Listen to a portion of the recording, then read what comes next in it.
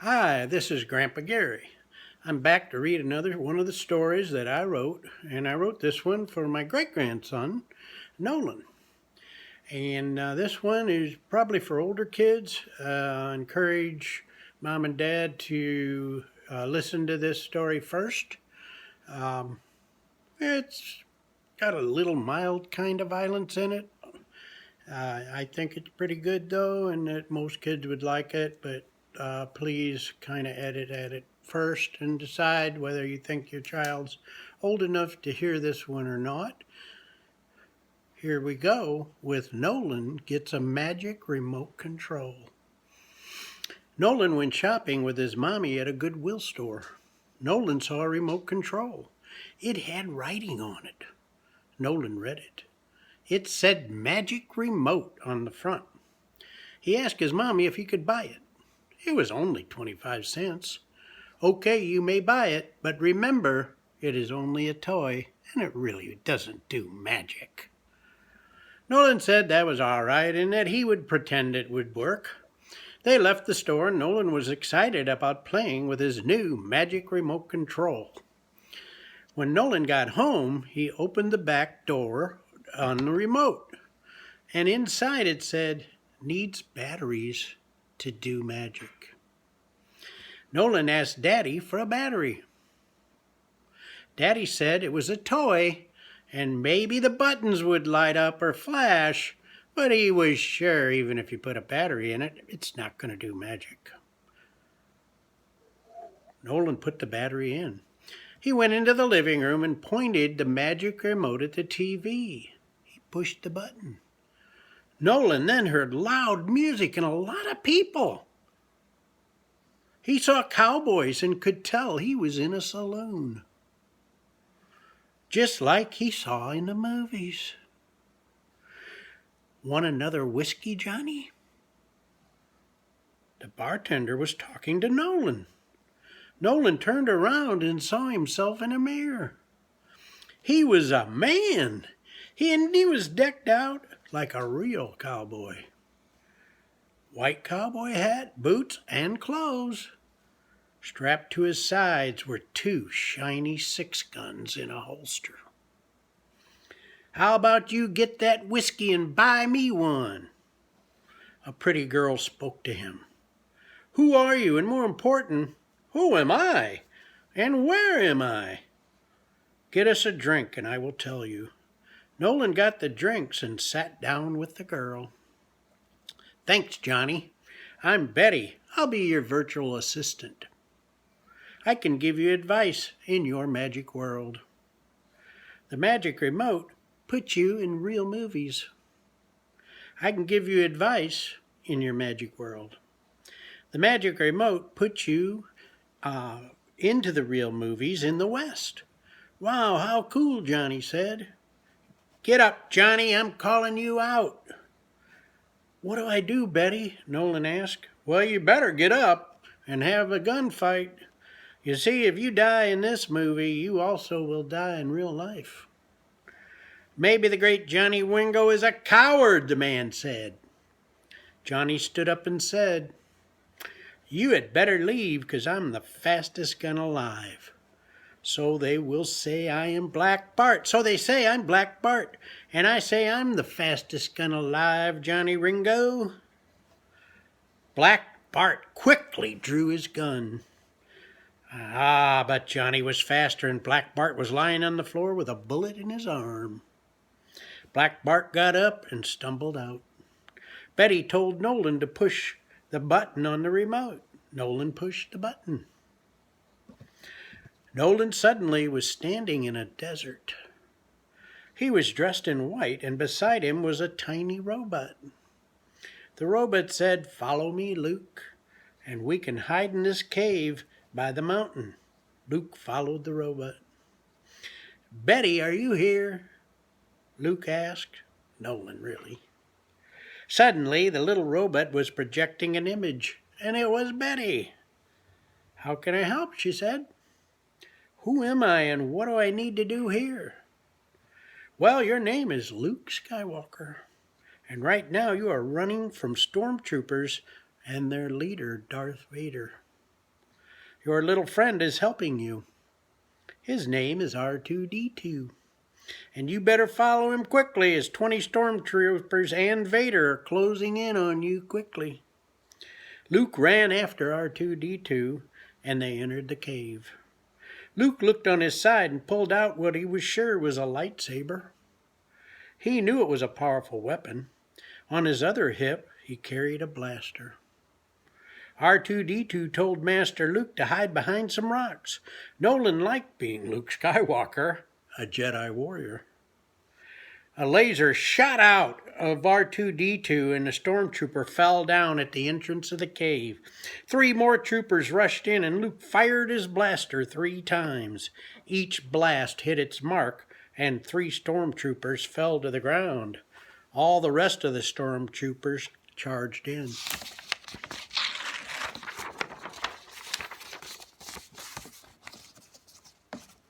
R2-D2 kept firing and most of them fell to the ground.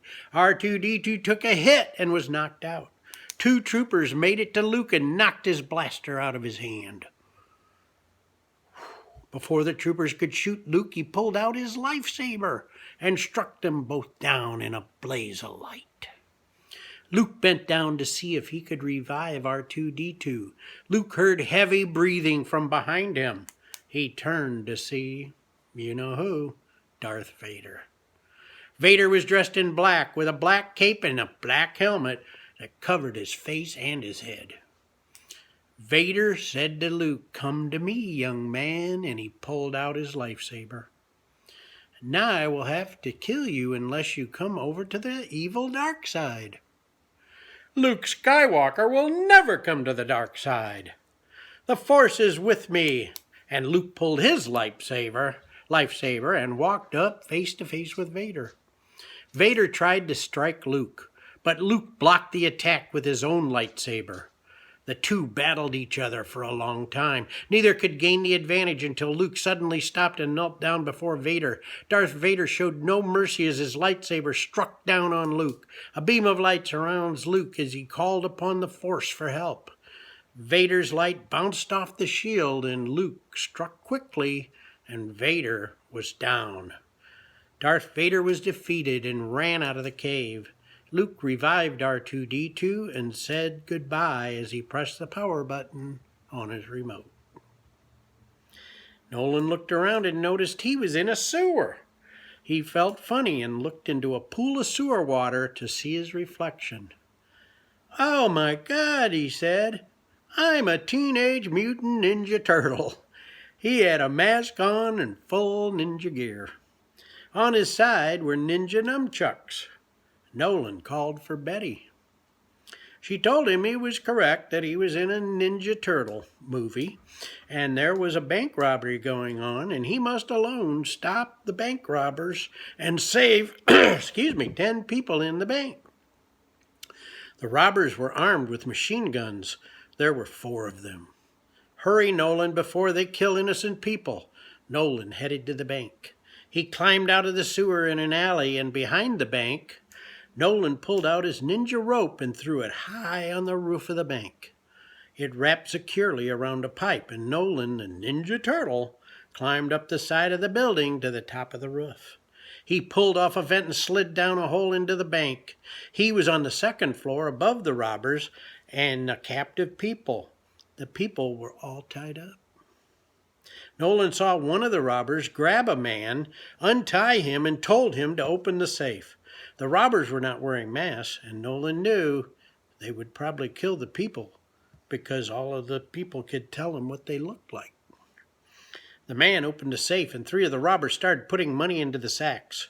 The other robber told people to lie face down on the floor. When the other 3 had all the money, they went beside their buddy and aimed their guns at the people on the floor.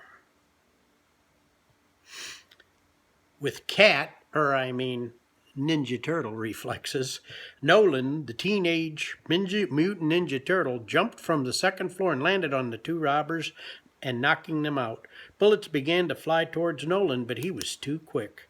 He knocked the bullets away. And then he dodged the other bullets and swiftly attacked with his nunchucks.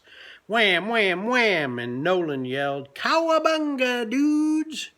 The last robber fell to the ground. The teenage turtle had saved the day. As the police rushed in, Nolan pushed the power button and disappeared. "Holy nightmare, Batman! We're surrounded!" Nolan instantly knew that he was now Batman in a Batman and Robin movie, yelling, and Robin was yelling a warning to him. No need to seek advice from Betty now. 30 of the Joker's henchmen were holding swords, chairs, chains, and knives. "This will be the end of you, Batman, and your stupid sidekick, Robin." "Bring it on, and don't ever call me stupid," Robin yelled back. Batman dodged 2 enemies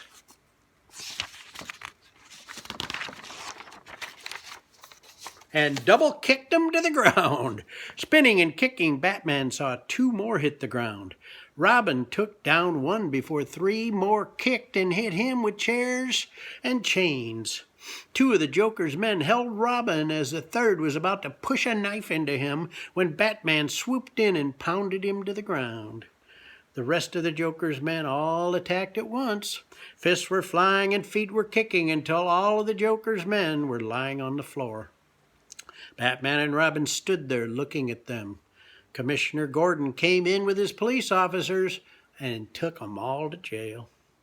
Nolan pushed the remote again before the commissioner could even thank him. Nolan was high on top of a skyscraper, and his keen spider senses told him he was Spider-Man. "Betty, are you here?" Betty appeared next to him. Nolan told her he knew he was Spider-Man, but wanted to know what he was supposed to do now.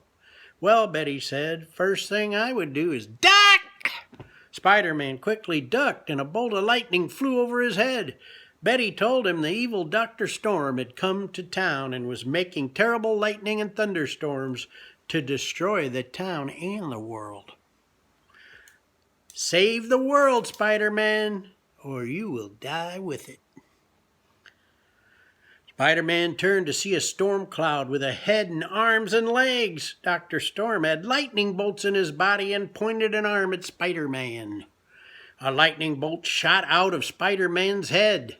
Spider-Man's wrist twitched and a web shot out and wrapped around the lightning bolt, and it fell to the ground. Dr. Storm vanished into the sky. Spider-Man knew he was up to something, but what? He did not have to wonder for long. The sky darkened and a tornado spun down onto the city. Buildings were destroyed as the tornado grew larger and larger. People and animals were thrown far away. Spider-Man threw out web after web as he swung across the city towards the tornado. He swung around and around the tornado, trapping it in his spider web until the tornado did not spin anymore. Dr. Storm was furious that Spider-Man had stopped his deadly tornado. He yelled, "Death to you, Spider-Man," as he prepared an even bigger storm that would have many tornadoes and heavy rain and deadly lightning and thunder. Spider-Man launched himself towards Dr. Storm and fired web after web at Storm. Soon he was trapped inside of a giant web and his storms all fizzled out. Dr. Storm also fizzled out, and he was never seen again. Nolan pushed the power button, and this time he was back in his living room. Betty was there. She told Nolan that the magic remote was all used up and would not make magic anymore. She told Nolan goodbye, and she disappeared. Nolan just had to try, so he pointed his remote at the TV and pushed the power button. The TV turned on this time, and SpongeBob SquarePants was on. Nolan sat down to watch the show, and he lived happily ever after. The end.